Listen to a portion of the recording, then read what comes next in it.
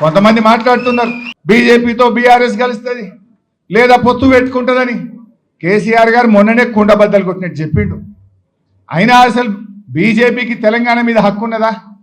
ఆనాడు 1996లో ఒక ఓటు 2 రాష్ట్రాలని చెప్పి 2000 సంవత్సరంలో 3 రాష్ట్రాలు ఏర్పాటు చేసి తెలంగాణకు మొండి చేయి చూపిందే బీజేపీ.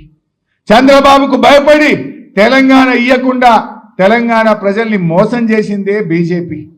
అసలు కేంద్రంలో 8 ఎంపీలు గెలిపిస్తే గుండు సున్నా పెట్టి బడ్జెట్లో తెలంగాణకు మొండి చేయి చూపిందే బీజేపీ.